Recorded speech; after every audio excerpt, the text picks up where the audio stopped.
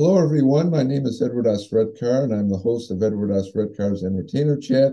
And today I have the awesome pleasure of talking with Laura Ziv. She's from France. She's an NPC competitor. She's a health and fitness expert. She's a posing expert for NPC competition, Ifbb, NPC competition. And hello, Laura. Welcome to the show. And how are you today?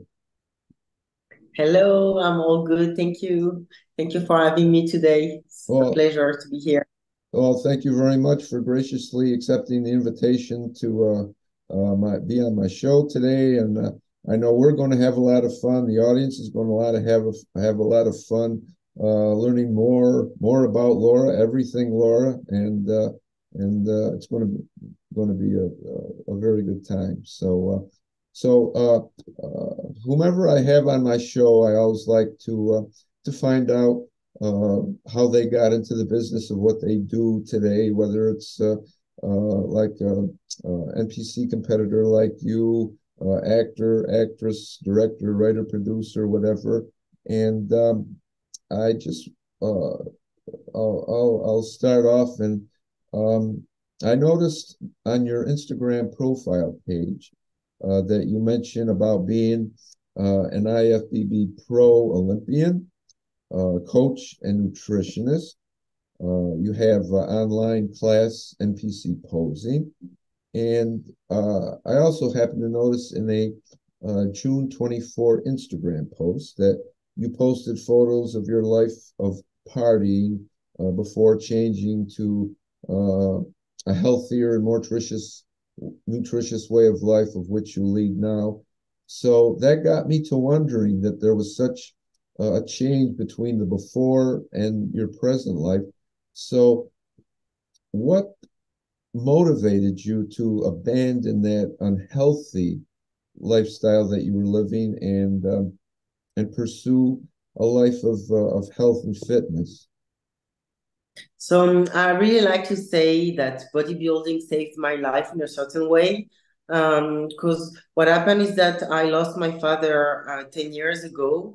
And from that, I went very deep into alcohol and drugs.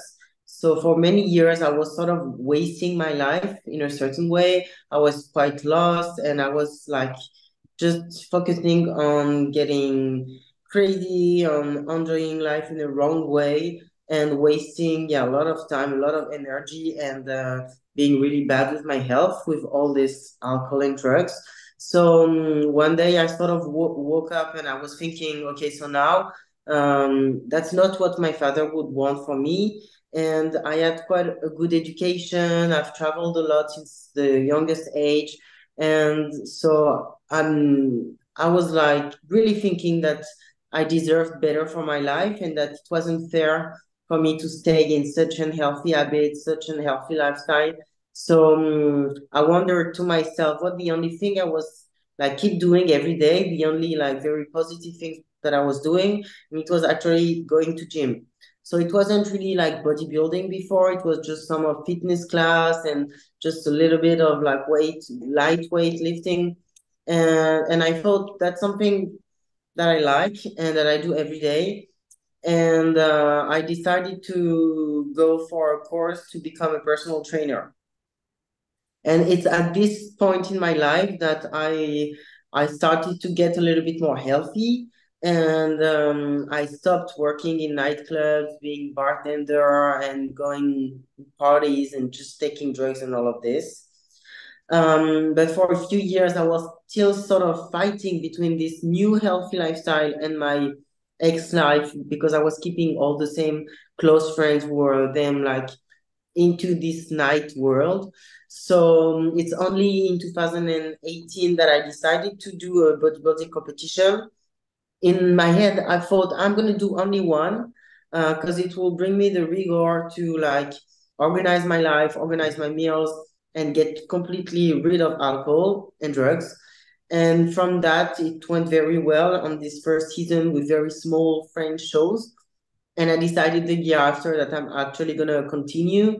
Then I went to Mr. Olympia as an amateur athlete to NPC show because it wasn't present in France. There were no NPC in France at this time, only other little federation. So I've decided to travel to America, to Las Vegas, and to London to go to the Olympia shows, even if it was for NPC, because I wasn't a professional at this time. And it went quite well. I did top 10 at both. So from that, I really decided. I went also to two little shows in France on this year in 2019 that I won. So I was like, okay, I think I'm quite good at it.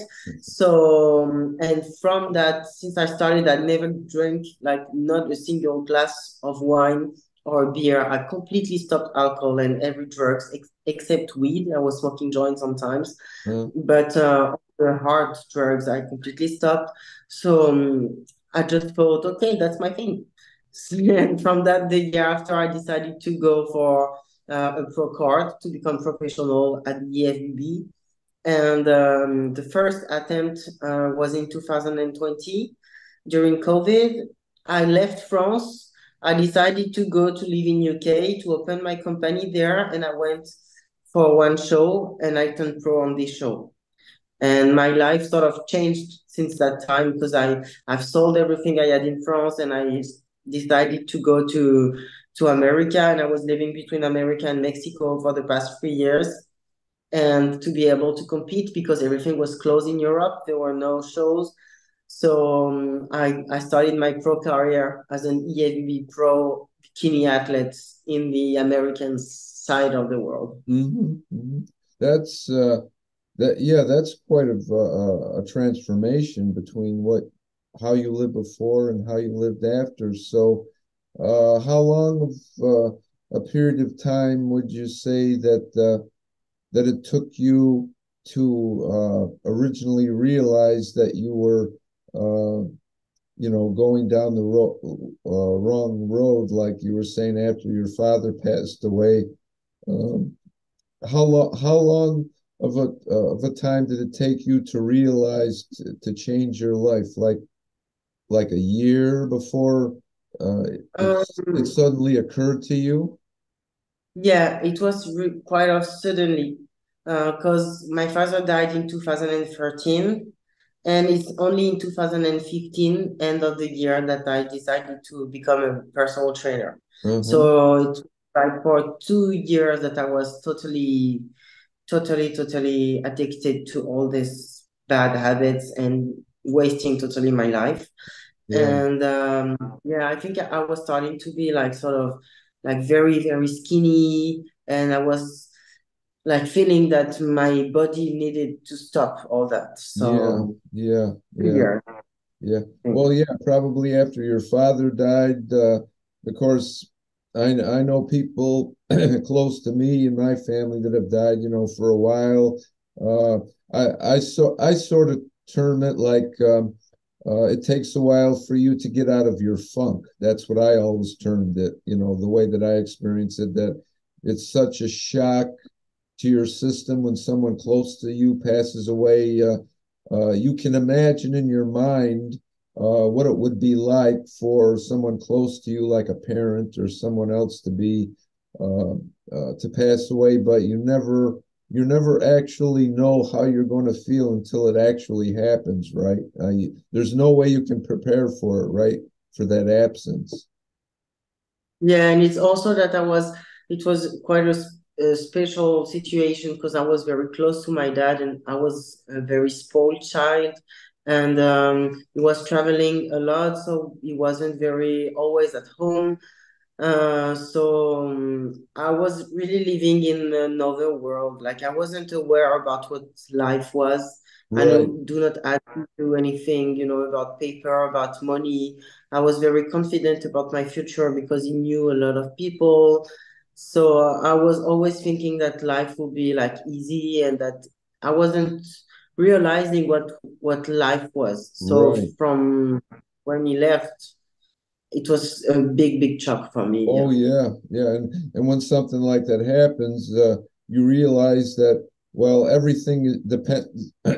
Excuse me, everything depends on me, right? It's like it's my life and I've got to take control of it. And nobody, I mean, with a certain amount of help, you can ask other people for help to help you along, but basically it's up to you, right? I mean, you're like the driving force to decide whether to make yourself better or to like stay where you are, right? Yeah, and I wasn't ready and I would say wise enough to decide to like fight for life. So that's why I wanted to escape, and that's how drugs and alcohol went so important in my life and took so much space because it was the easiest way to just ignore the reality. Yeah, yeah. So you were saying that you started to take like jobs as a bartender, like in bars. So was most of your work during that time like the nightlife, like bars? I mean, were there like any day Yeah. jobs, or was it totally like night jobs? No, I also worked a little bit in restaurants. Then I started to study. I wanted to study, but I left after 2 months. I went in a very, very famous school in France, but it lasted only a few weeks. Then I left. I went back to South Africa because I lived there a little bit for my gap year. So I went there in Cape Town, and I bought I took a good university that was teaching journalism, but same, only left, stayed there for a few months, and then I, I stopped. I quit to just do partying. Hmm. Yeah. In other words, trying to take the easy way out, right? The least, like they say, the least path of resistance, not to try to like conquer I the think I yeah. wasn't strong enough to fight, I would Right, say. right. Yeah, yeah.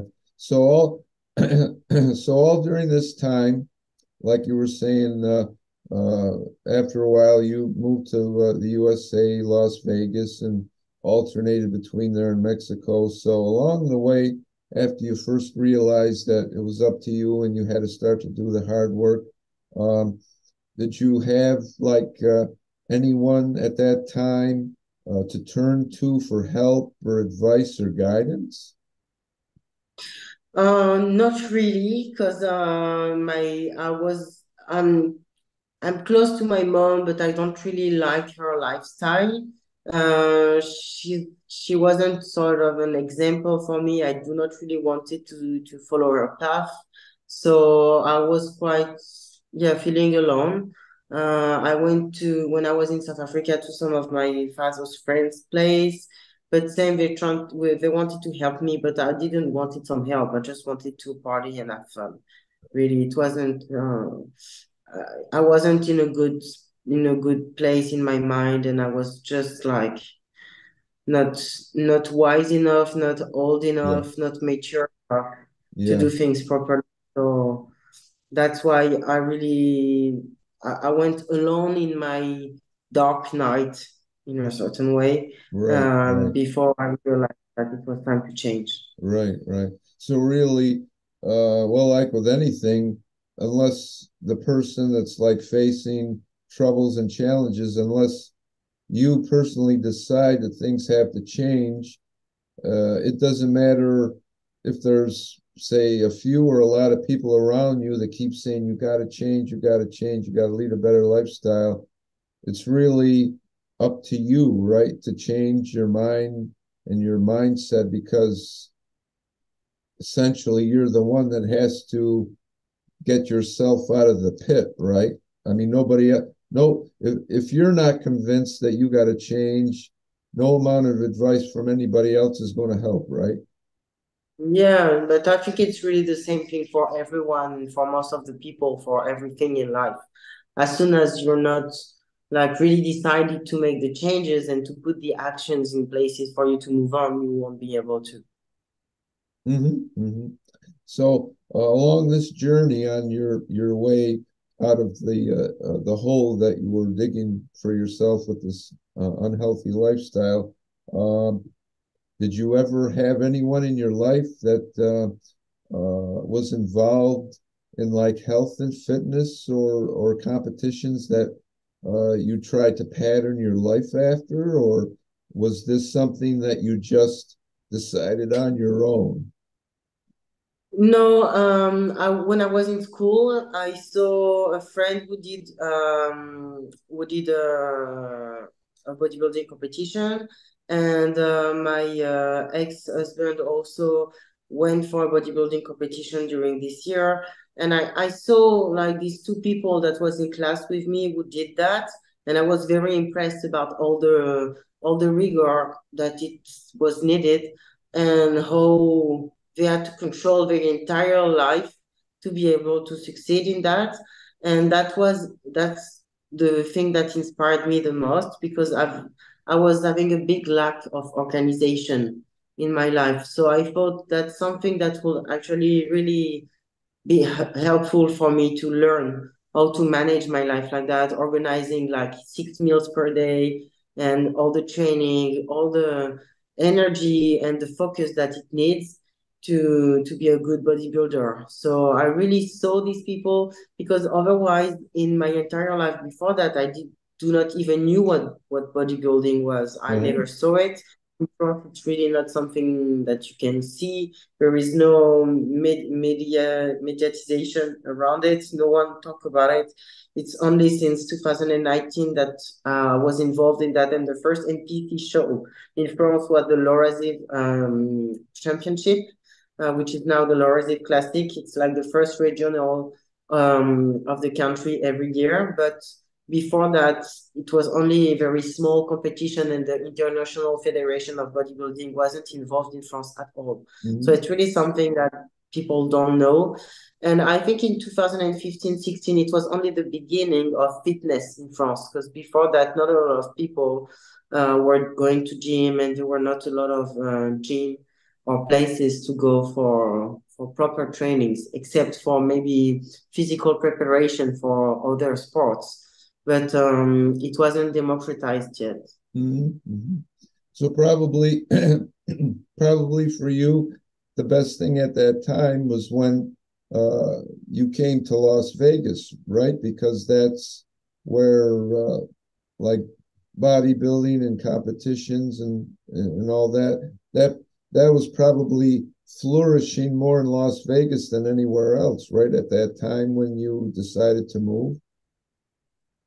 Yeah, I think since always it's like this. And in this travel that I did for this show in Vegas, I also went to LA because I knew LA. I went to LA since I was young, but for holidays, but I never saw this bodybuilding part.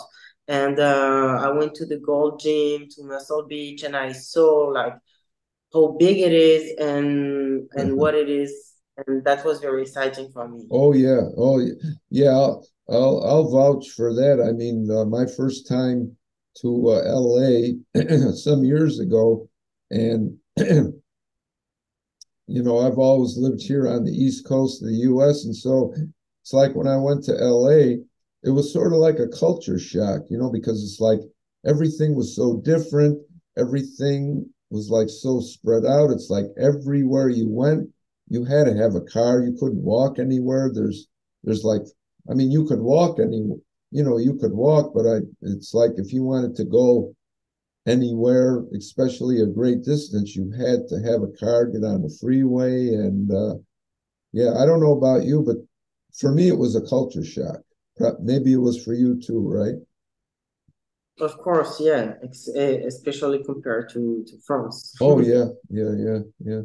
So during this period when you were starting to adjust your life like to bodybuilding, did you have any uh, anyone that you looked up to that was involved in bodybuilding and say like on the male side, were you like a fan of like Arnold Schwarzenegger?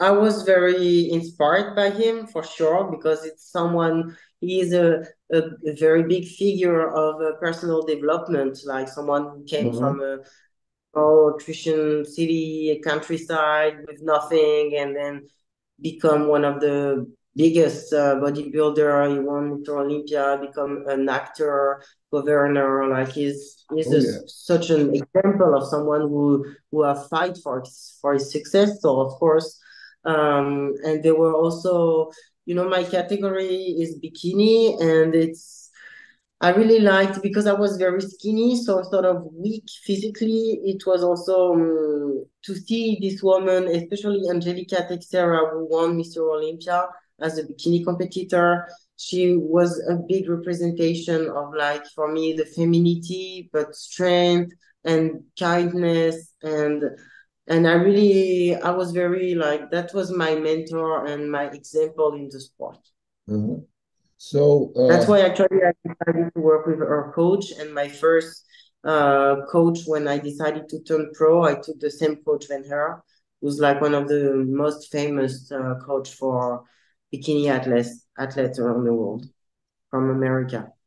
so for for the women, um, there's both like bodybuilding and like you just mentioned the bikini. And so you were saying you got involved in the bikini because originally you were skinny, smaller stature. So is that usually the way it goes? Like the women that are not as muscular and they're uh, not exactly skinny but slimmer, uh, do they favor going into the bikini versus the bodybuilding because of their like natural physical makeup? Yeah, I think also a lot of women are going first into bikini and then they want to become bigger and they start to move on different categories. But the easiest the easiest category in bodybuilding, I would say the one that you can do the most naturally, and that you will take less risk for your health also with products and stuff like that will be bikini. So it's Okay. often the first category that people goes to. Okay. So then, bikini would be like a stepping stone to bodybuilding. If that was your goal, bodybuilding, you start with the bikini and like steadily build up to bodybuilding. If that's what your goal is. I think some people, yeah, most of the people, it's like this. We just start with bikini and then they move on. But there is also some girls who want to become bodybuilder or wellness or figure. It depends on what they like. On the posing, it's different, and the physique, it's different. So it Uh-huh, depends on uh-huh. their taste, how they want to look like. Yeah. So, like, in addition to bikini and bodybuilding, would it be safe for me to assume, like, in the middle is they also have like a fitness as well, right? That also they get to wear like the bikini or swimsuit. Is that sort of like in between the bikini and the bodybuilding is like the fitness level? No, the fitness is even different because the fitness it's more sort of gymnastic category. So they really have to prove they don't just have a posing, they have a real performance of like gymnastic that they have to do. So Okay. it's sort of another sport in a certain way because it's not only physical, they also have a real performance that they need to perform on stage. Uh-huh, uh-huh, uh-huh. So I was mentioning before about someone that you looked up to, like on the male side, Arnold Schwarzenegger. Now, on the female side, uh, I remember years ago, uh, I don't know if it was maybe in the 1990s. I know it was quite a few years ago. There was a bodybuilder, a woman bodybuilder. She was known as Corey Everson. You must have heard of Yeah, her. of course. Yeah. Yeah. So, did you like mostly pattern your goals after Corey Everson? Was she one of the first? Uh, I don't know if you would say if she was that sort of broke broke the mold and broke into bodybuilding. Was she someone that you sort of wanted to pattern your life after Corey Everson? Not especially because I really did it for myself. It's not like I did it for the sport on the first. When I started bodybuilding, it wasn't because I liked the sport, especially. I didn't really knew about it. It was really for personal development for myself. So I went straight to look on the category I like, and I started to watch the competitions, uh, and that's why it was Angelica Texera, my mentor, and the one I was looking up to because she was a bikini. Mm-hmm. On the years before, bikini wasn't. It's a category that came later. So I'm not a big fan of the sport. Like I don't know that much about all the bodybuilders of the history and all of this. I've met some, and now that I'm more involved, for sure, I get to learn a little bit more about the history of the sport. But at the beginning, not at all. It was really just for myself that I did that. So, Right, right, right. yeah. So, like, through all your competitions and everything, I know we were talking here before we started the interview that sometimes there's quite a period between the time that you start to train and like the actual competition that you are training for. So I noticed in your posts that different post photos that you seem to like lose and gain weight depending on say how far in advance you have to work towards a competition. So, like I know for everybody faces the challenge, their physical makeup or whatever it is because of like gaining and losing weight. So, like for you, uh, is it easy or hard for you to gain or lose weight in advance of a competition? It depends because it really depends on how my brain, my life is at this time. It used to be quite easy, but last like this year that I had all these changes, that I get separate from my husband, that I moved in a new country, I left Mexico, I went back to France. I didn't really knew if I was going to stay in France, stay in Europe, or if I was going to go back to USA. So my mind wasn't at its best, so it was way more difficult for the body to follow, even if I was doing the things. But then I just it made it more difficult. So that's actually why now I decided to stop and to take a few months completely off, and ate everything I was feeling like eating after like 3 years out of my country. Now I went back to France and I started to eat cheese and bread and all the things I wanted to. So I gained a lot of weight. From this morning, for example, I started to do my fasted cardio again, take my supplements properly again, and control my nutrition because now I gained more than 50 kilos from my stage weight. And I've never been as heavy and as fat as I am now in my life, in my entire life. So I don't feel comfortable anymore in my skin. So now I want to go back into more healthy lifestyle and controlled lifestyle like I used to for the shows. But it was needed, I really needed to take this time off. I need to focus on my divorce.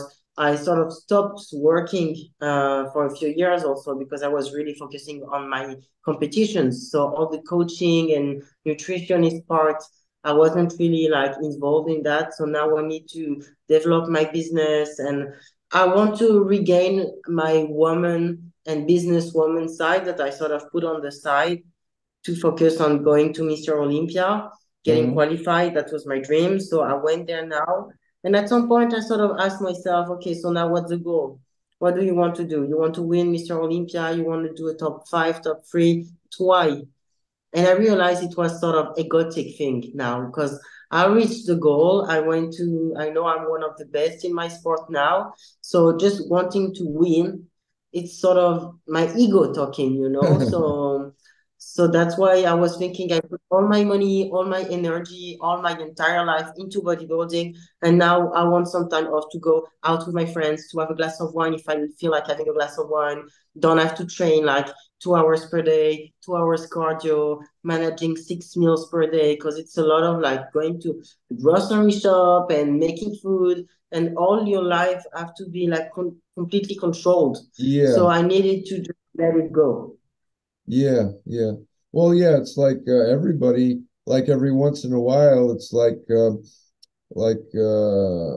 you can't live like what is it 24/7 365, day after day, year after year. It's like every once in a while you have to give your body a break, right? Give it a rest so you have a chance to like regroup and like otherwise I think if you keep going like that, sooner or later you're going to like burn out, as they say. If you go, you got to have a chance to regroup. Just like say like just like if you're driving a car and you're going on a long trip, and it's like, well, you have to give the car a rest once in a while, otherwise it's going to overheat and the water is going to spew. Exactly. You're right, spew up from the Finding radiator. the Yeah, finding the right balance. yeah, yeah. So you were talking about like your diet with the supplements. So like the supplements that you take, do they help a lot with like the natural foods you eat? Do they help you get to that goal quicker with your nutrition by taking the supplements? Of course, of course. And when you're on a very strict diet, you can't eat everything. So you don't have a lot of sugar, you don't have enough fat. So you have to take omega-3, you have to take multivitamins, a lot of vitamin C to keep healthy and to don't get sick. It's very important. Even now, the food is very bad quality food all around the world. It's difficult to get all the nutrients needed. So I think it's essential nowadays to take some supplements. Oh yeah. Not even for competitions or for performance, that for sure it helps a Uh-huh. lot for recovery and all this. But I think everyone should use supplements now to Yeah, just stay healthy. yeah. Sort of like at least take like a multivitamin along those lines. Exactly. Vitamin and omega-3 and a lot of vitamin C to don't get sick. Yeah, Mm-hmm. Mm-hmm. yeah, I very I know important. what I always heard. I don't know how true it is. Of course, I'll ask you. You're the expert in nutrition and everything. Um, like I've always heard that like if you like on the healthy side of eating, if you eat like all the healthy foods you're supposed to eat, like proteins or carbs and like vegetables. It's like everything that you get, like all the vitamins you need are in everything you eat. Like if you eat, what do they say, like the seven basic food groups or things like that. So like even if you eat like healthy like that, everything you're supposed to eat, like proteins and carbs and your vegetables where you have tons of vitamins, even though you eat like that, uh, those foods still don't have like all the vitamins you need. That's why you need to take the supplements. Yeah, absolutely. Okay, okay, yeah. Yeah. It also depends on people's lifestyle. If you live in the countryside and you buy your food from the little grocery shop that comes from the farm, you got good like free range eggs, and you take the sun every day. You do a very good like active activities outside and stuff like this. You got to work that makes you walk, and if you got this very very healthy lifestyle and you have access to very good quality food, it can be enough. But most of the people now, it's not the case, and they work like in an office all day. They buy to the supermarket. They don't. Maybe they don't have the money to be able to take only like organic. So they go for less expensive food, and then that's where you can have a lot of carency. I don't know if you say carency, but like lack of some vitamins and nutrients in your food. Oh yeah, yeah, yeah, yeah. Because I know, you go to the store and you see, oh, so many bottles of vitamins, and then like multivitamins, and it seems to be like information overload. It's like oh my gosh, it's like which ones do I pick? So like with the basic additional vitamins be like, say, like like vitamin C and like vitamin D? Would that be like supplements to start with and then build up build up from there? I think a multivitamin complex that would have like potassium, magnesium, zinc, some vitamin D, vitamin C, vitamin E, a little bit of all of this, and some omega-3 will be actually quite good. And then the thing is that most of the people they don't realize, but they got like inflammation in their gut, they got like troubles with digestion, all of this. This is why nutritionists can be very important and can help people to don't get sick and to be very healthy because we know what's good for you and everyone is different. So it really depends on people, on their way of living, on their way of eating, but yeah, it's very specific to everyone. But Mhm. at least I would say some multivitamins and omega-3 and maybe an extra vitamin C can be really good for the health and can will be the basics. Uh-huh. So like the omegas, um, correct me if I'm wrong. Fish, they have a lot of the omegas, right? Yeah. Yeah, Yeah, but most of the people do not eat uh like fat fish every day. yeah, It's not something we use a lot in our nutrition, some salmon and all of this. So that's why, and it's very fat also. So to be able to have it in pills can help you control your weight, don't be like, and have, and still be healthy and have your brain working properly. right. Right. So, yeah, keeping in line with we've been talking about nutrition and your training schedule and things like that. So, um, do do most do most bodybuilders, or like in your case, bikini competition, do you mostly follow the same like pattern between uh preparing and competitions, or like does it vary from competitor to competitor? So I guess what I'm really asking is like if you had to take an average guess at it, how many competitions do you actually enter every year? I would say it can go from some of the biggest name in the industry would do bodybuilding since many years and will qualify at the top level Olympia. They sometimes do only one or two competition a year. They don't have to go get like sort of struggle for qualification. They are very experienced. So sometimes they just go for one show. If they are top level, they will be automatically qualified for Olympia. But if they're not, they will maybe do a sort of warm-up show where they will qualify only one show and that's it. Otherwise, there is some other girls like some big names also who like to do every show. But I would say an average will be between like three, two or three to maybe Okay. 6. But there are some girls also who really like fight for their qualification and they go like 6, 7, 8 competitions. Wow. So it really depends on what they want. Right.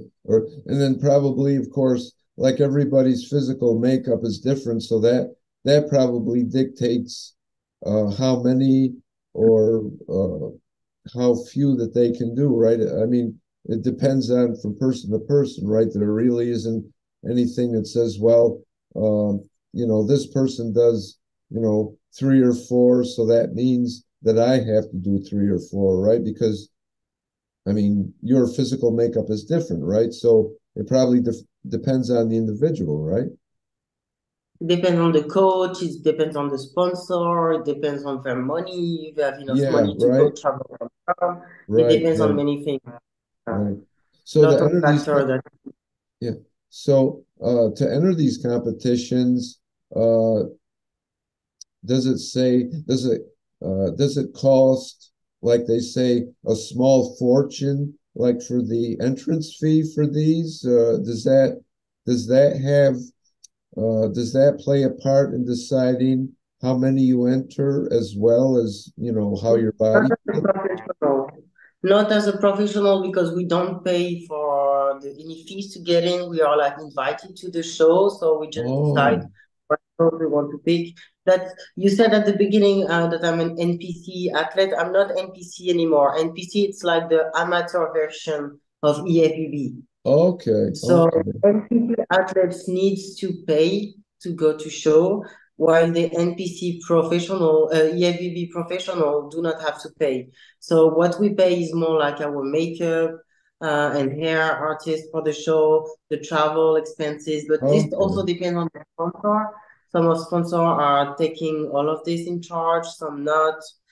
Depends on many things. But I see a lot of athletes who put most of their money into shows and they don't really focus. That's actually what I did myself too. I've waste not really waste, but I've spent so much money on competitions without having proper incomes that will make me really do it totally comfortably. I think it's very important to be totally comfortable with your business to be able to do competitions in another way, except if you're really one of the biggest competitor, like top Right, five Olympia, and you have so many sponsors that they pay you everything for living. right. Otherwise, most of the people, because we are also bikini, it's not the same thing for bodybuilders. Bodybuilders get much more money when they win shows, and they got sponsors that pay them way more.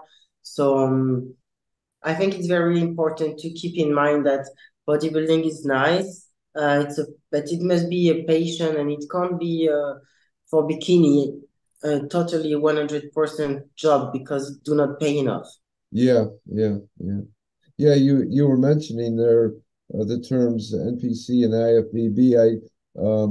Yeah, uh, I've often seen like online different articles and things like that about the terms NPC and IFBB sort of used like interchangeably. And yeah, until you brought it up, I didn't realize that there was that differentiation between NPC and the IFBB. So I assume But maybe it's that also most because people. the NPC is part of the EFBB, so a lot of NPC athletes, because they know most of the people do not know, they like to put themselves, I'm an EFBB athlete. They don't put the professional athlete, but they're actually not EFBB athletes, they are NPC athletes. It's not the Oh, same okay. thing. But it's better for people who do not know to sell yourself as an EFBB athlete Oh, because it will say that you're part of the International Federation of Bodybuilding, what they are, but they are not like an EFBB pro that will be like really the representation of the federation around the world. They're like going for this, they are fighting for their title, but yeah, as soon yeah, as they don't get their pro card, they are not professional. yeah, yeah. So, so like in the end, uh, if that is a particular person's goal, like IFBB, so you do not attain that status until you. I've seen posts about this, other athletes until you get what do they call it? The IFBB Pro card. Is that the right way to term it? Exactly. Yeah. Okay, It's the okay, professional part that allows you to get professional. It's when you go to a pro qualifier, so a specific show, NPC show that give you the opportunity to turn pro. You have to win your category, and then you gotta win the overall of the category. So like all the winners of every different side, because there is different size, A, B, C, D, E, F, G, depending on how tall you are. right, right, right. Then you fight to win the overall. And then for a pro qualifier, there is one pro card, but when it's like Olympia pro qualifier, there is maybe sometimes three pro cards to win per category. It depends on the show, but you gotta win your category and the overall, and then you can get the pro card. Okay, okay. I know I always wondered about that. I always seen NPC and then IFBB and then IFBB Pro cards. So yeah, I think that that explanation that'll kind of clear up a lot of questions for people. I know it cleared up my question. I didn't realize that before. So yeah, thanks for explaining that to all of us. Yeah. So Yeah, and it's like in all your posts, I've seen the your posing in competitions, and then like also photos of you in different fashions, dresses, and things like that. So it got me to wondering, like, whenever that day will come, when you come to the point where, say, you end the competition side of your professional career, do you envision once you end your competition career uh, to go into modeling? Because I see you model like a lot of fashions in both like post photos and like you have short like video clips of like modeling dresses and things like that. So do you envision that as being a big part of your the extension of your professional career? Yeah, I'm actually already thinking about it really seriously because that's something I've always wanted to do. I was in a model agency when I was in South Africa, but more for the commercial way. And I sort of put myself a lot of barriers, thinking that because I'm not tall enough, I won't be able to be a model. But I've always been passionate about photography and being a model.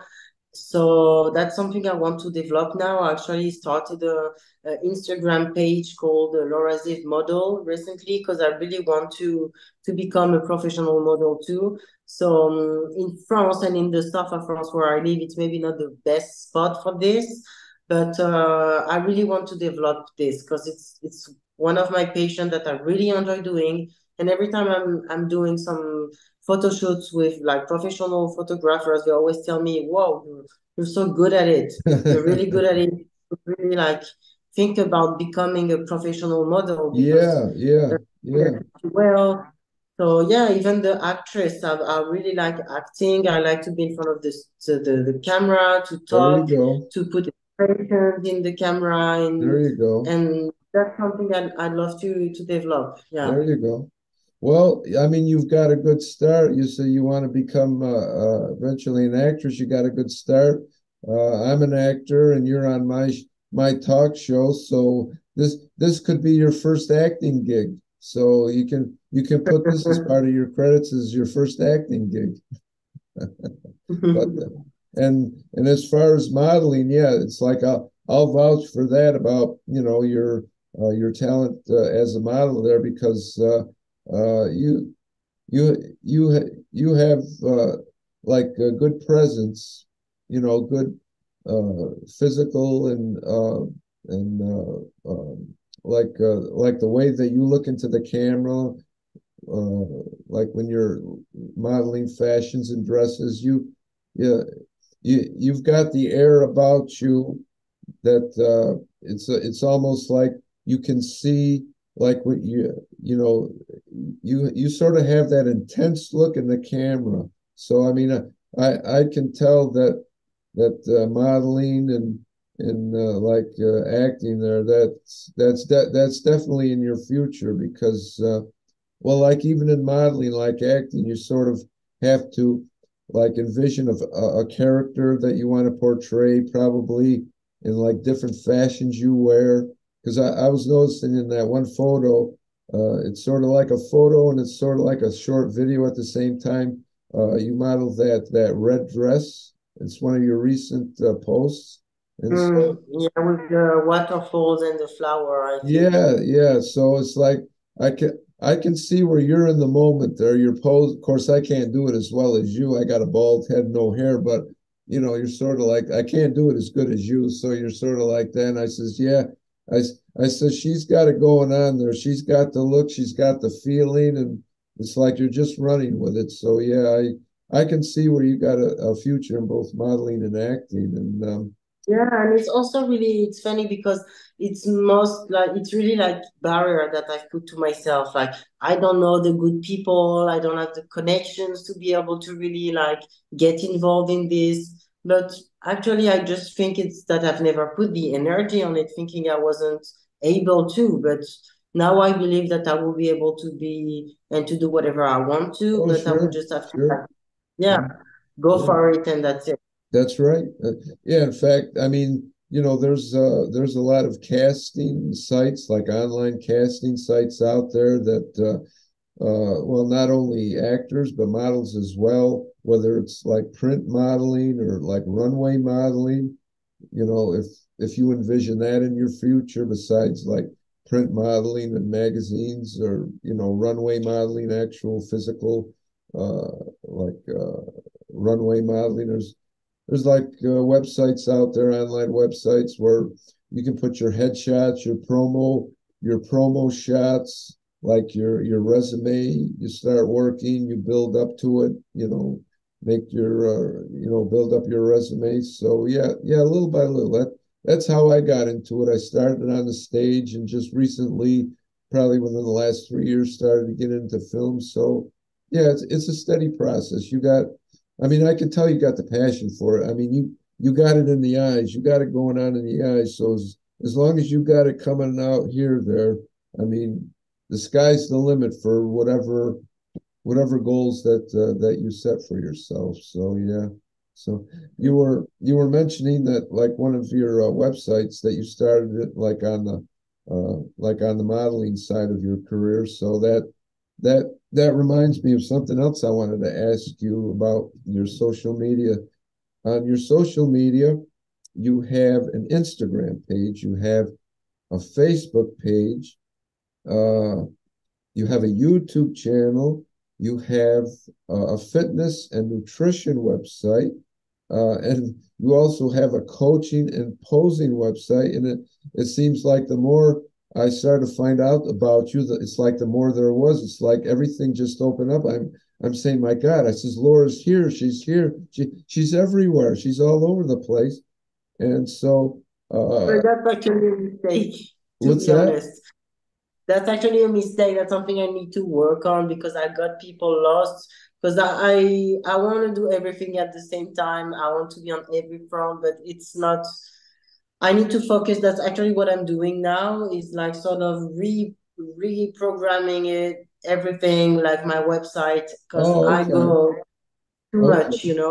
I need to Okay. focus on stuff. And I got people lost when I start to like actually sell my programs, and people are like, they don't know what I'm doing. I'm actually also, I'm a DJ. I play electronic music. I got all the professional machine at home. Oh, do you I really? like, there's Wow. so many things I love doing. Wow. So I just need to focus, Wow.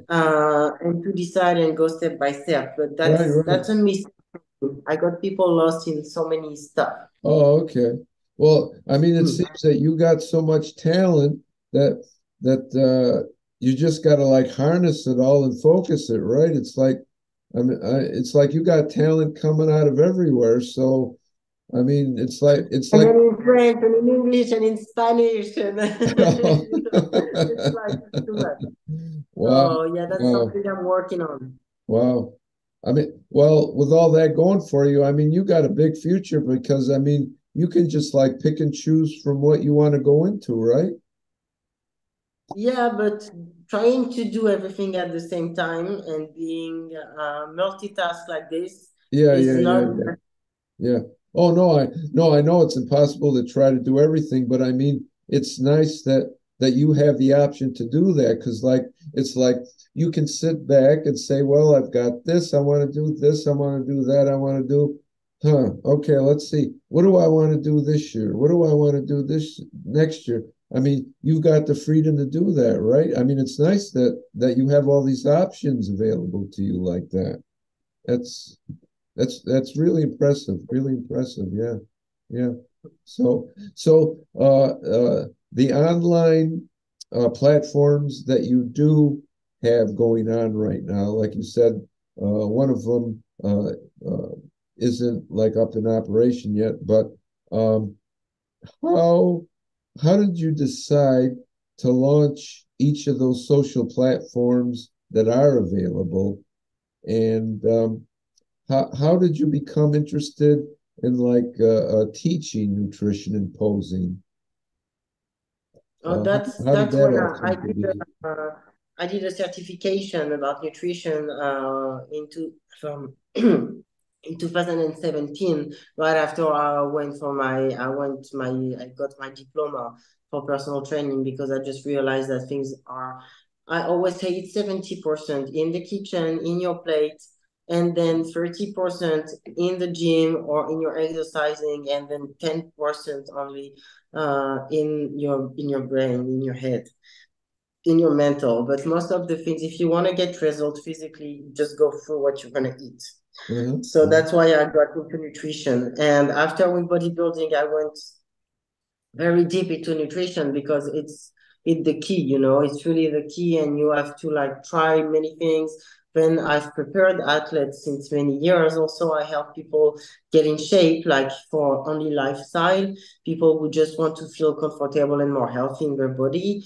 And I help athletes as well to go step on stage. So the nutrition is really something that I enjoy doing.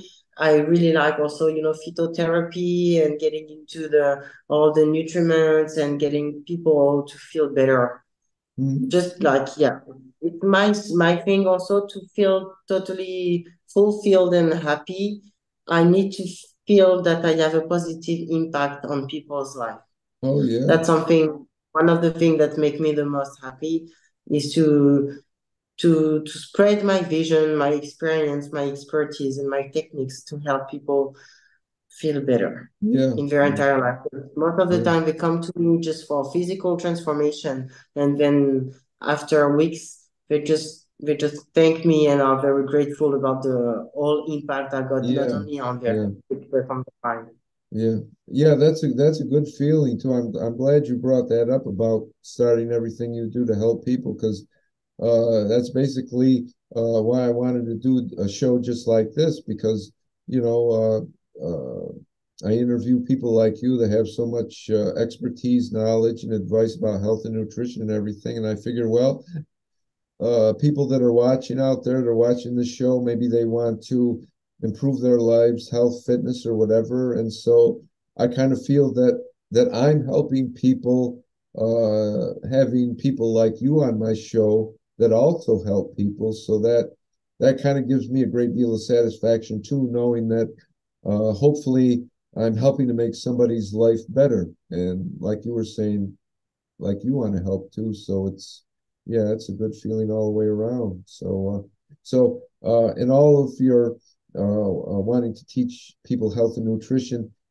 is there anyone that you sort of wanted to pattern yourself after with starting this health and nutrition advice, or is this something that maybe you just thought up of yourself and say, "Hey, I want to do this"? Was there anyone that you wanted to like follow their lead and what they did before you decided to do this? No, and what's actually quite funny is that I started just thought to myself, I wondered to myself, okay, what do you think when I was into drugs and alcohol, and I was really feeling that I was wasting my potential, and I asked myself, okay, what the only thing you enjoy doing that is actually good for you, and that was going to gym. So that's when I decided to go for this personal training course. But then, while I started to study it and to really teach, to accompany people, I realized that I was made for this, like completely, because I'm someone I like to be like energized. I am like full of life and motivation all the time in my personality, but I'm also sort of like soft and I like to listen to people and be there for them. So I just realized that it was really made for me, this job. And one day, a few years ago, I did a team astral, when they read you the map of the sky on when you're born at the time and everything. And Okay, it's wrote on it that I'm here on this life to have a positive impact on people's life. right, right, right. So you're at the So point now where I guess you could probably say all the stars have aligned so that you're in the right spot to do what you're doing right now, right? Everything yeah, aligned. I Yeah, think so, totally, yeah. yeah, yeah, yeah, yeah. Well, aside from your professional career, bikini career, and health and fitness and everything, I also seen in a post that you were helping to work on your sister's house, and it showed you there in a short video. You were painting, you were doing wallpaper work, sanding the walls and everything. And I says, "Oh wow!" I says, besides your health and fitness and your bikini and exercise and everything, I says, "Well," I says, "you're even an expert like in home improvement." And I says, "Wow!" I says, "This is some." I says, "This is great." So that got me to wondering. It's like, are you a do-it-yourself person, like with repairing and working things and home improvements, like in your home? Do you do that regularly? No, I used to do it. I did renovation of two apartments uh, before to sell them. My ex-husband was working for 7 years into like construction and all of this, so he taught me a little bit. So I'm not bad. Like I can do a few things, but yeah, it's something I enjoy doing also Yeah, to yeah, physical like manual activities too. yeah, So. yeah, yeah. I Yeah, know when I I can was do it for fun. Yeah, no, I know when I was watching you in that video, it's like, yeah, I says, I got some stuff to do around here. I says, yeah, I says I could easily hire you to do some repair work around here because I mean you were just going at it there, you were sanding and everything. And it's like wow, it's like you're ready to go out there and like start like a home improvement business there. It's like you had all the tools out there, and it's like wow, I mean you had the tools. It's like man, I says have at it. You were Like everything, as soon as we've learned it once, when we have done it a few times, then we feel more comfortable doing it. So, Right? Yeah, yeah, yeah, yeah, yeah, yeah. And not only that, but like aside from that, um, uh, there was something else that you're talented in, and I didn't know about it. So I kept going, like through your posts, and it's like, okay, now what else can I find about Laura that she knows how to do, that she's an expert at, and she can, give advice I'm at? a very good horse rider. I did a lot of horse riding competitions when I was younger. You beat me to the punch. I was just gonna ask you that. I seen a post, and I says, is that Laura riding on a horse there? And I says, yeah. I says, because you had the whole thing, yeah, everything on there, and it's like so, and that was like I think it was on Facebook. It was like a post like from 2008. It was like from quite a while ago. So uh, I uh, I didn't know that you were involved. Let's see, they call it dressage, right? The Yeah, I started horse riding when I was 3 years old. Oh, That was okay, my first patient. I was all my holidays, all my Wednesday afternoon when I wasn't at school, every weekend I was all the time horse riding. I got my first pony when I was 9 years old, and then I was horse riding was my whole life from my 3 years old to like 15, 16 years old. So I okay. did the French championship on pony, and I still have my horse that is retired now. But Oh, yeah, horse riding is really some of the most my first passion that made me love competition, and okay. it teaches me so much things about life also. And yeah, Yeah, that's yeah, my stuff. I yeah, think yeah, horse riding. yeah. What's I love that. what's your horse's name? It's Mage du Garon. It's like Mage du Garon. It's like because she's got like a pedigree, it's like a long name and Yeah. yeah. Well, let's see if I can say that without totally screwing it up. Maze de Garou. Du Garon, sort of. Maze de Garou. Okay. I got to get my tongue moving the right way. Maze, I can get Maze de Garou. Garon, yeah. Okay. Garou. Okay. Okay. Well, it was better than when I started there. So, is it a he or a she? She, A she. Well, how old is she by now? 23. She's born in 2000. Oh, wow. How long do horses typically live? How? Between 30 and 40 years old. Wow, wow.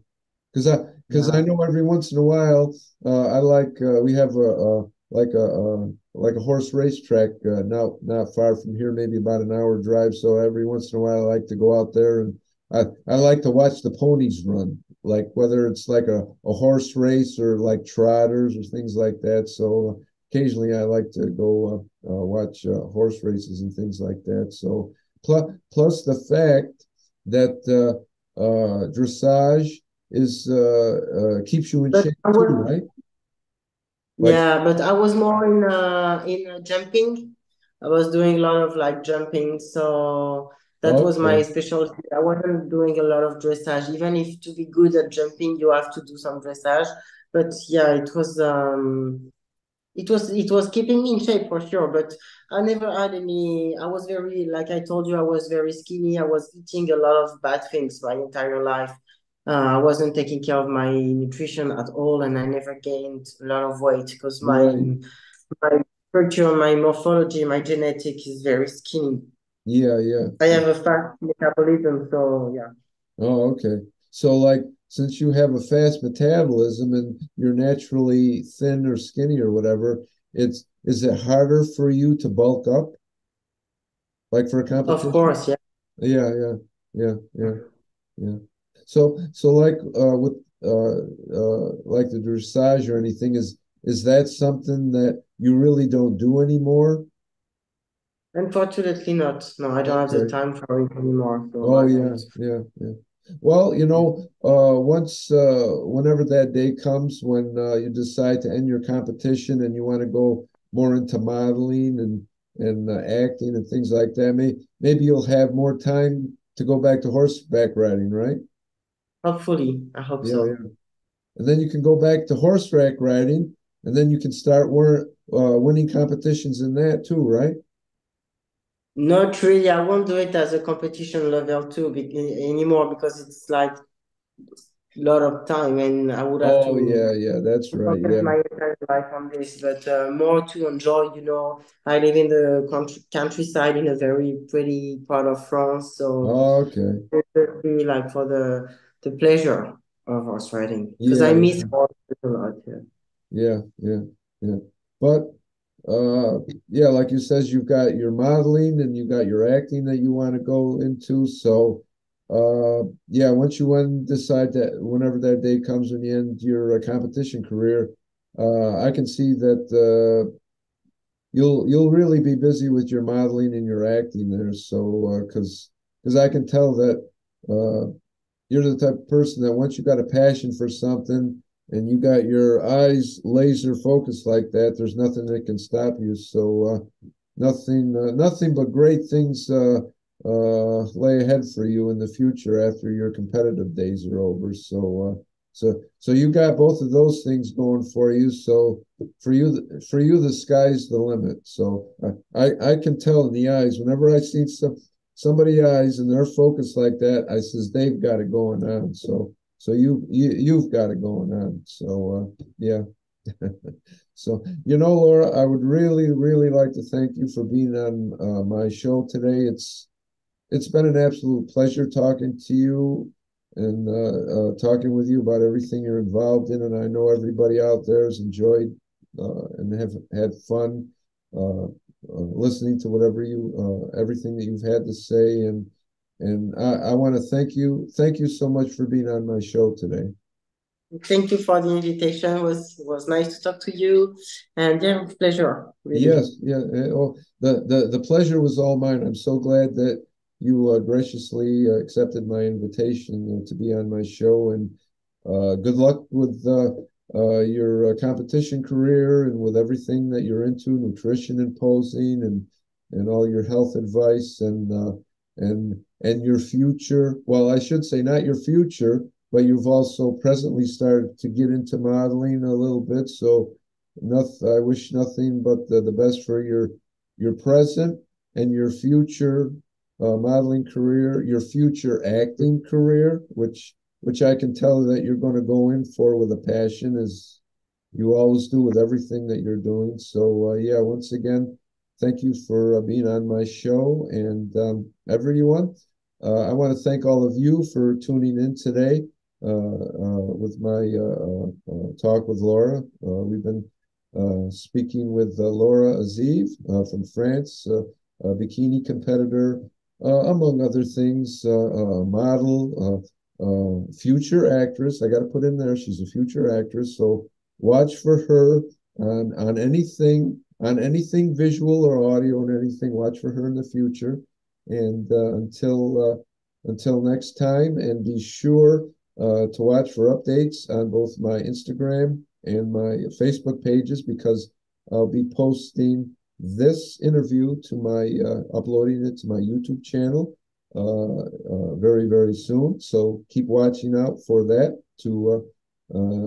Doesn't matter how many times you want to watch this interview over and over again. Please subscribe to my YouTube channel, as I have subscribed to Laura's. So subscribe to her YouTube channel as well, and everything else she does. Don't forget, after you see this interview with Laura on my YouTube channel, like the interview, make any comments you want to, subscribe to my channel. And until the next time we all get together, have a good day, and we'll see you soon. And have a good day. So until the next time, so long.